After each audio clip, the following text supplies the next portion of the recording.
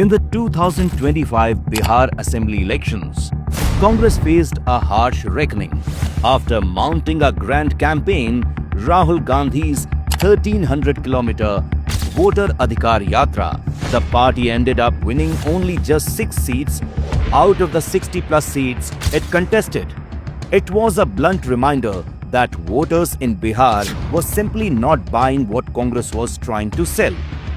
The Yatra was supposed to recenter Congress as a force for voter rights.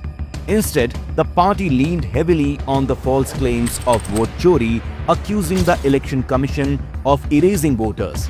But once the march ended, there was no visible follow-through, no sustained development promise, no coherent roadmap.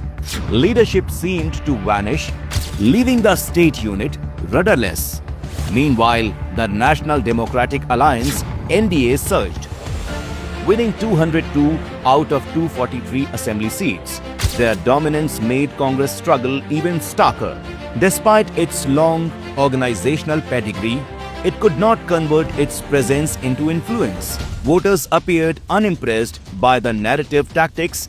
They wanted substance, something Congress has always failed to deliver.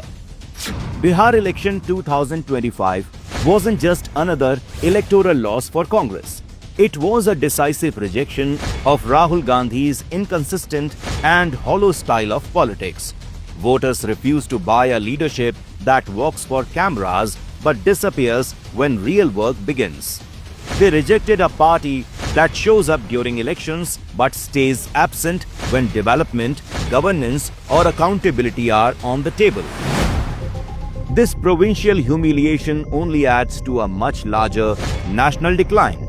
The Congress party currently has just around 640 MLAs across India, down sharply from approximately 753 MLAs in 2022 and about 727 in mid-2018. Decades ago, Congress held far more.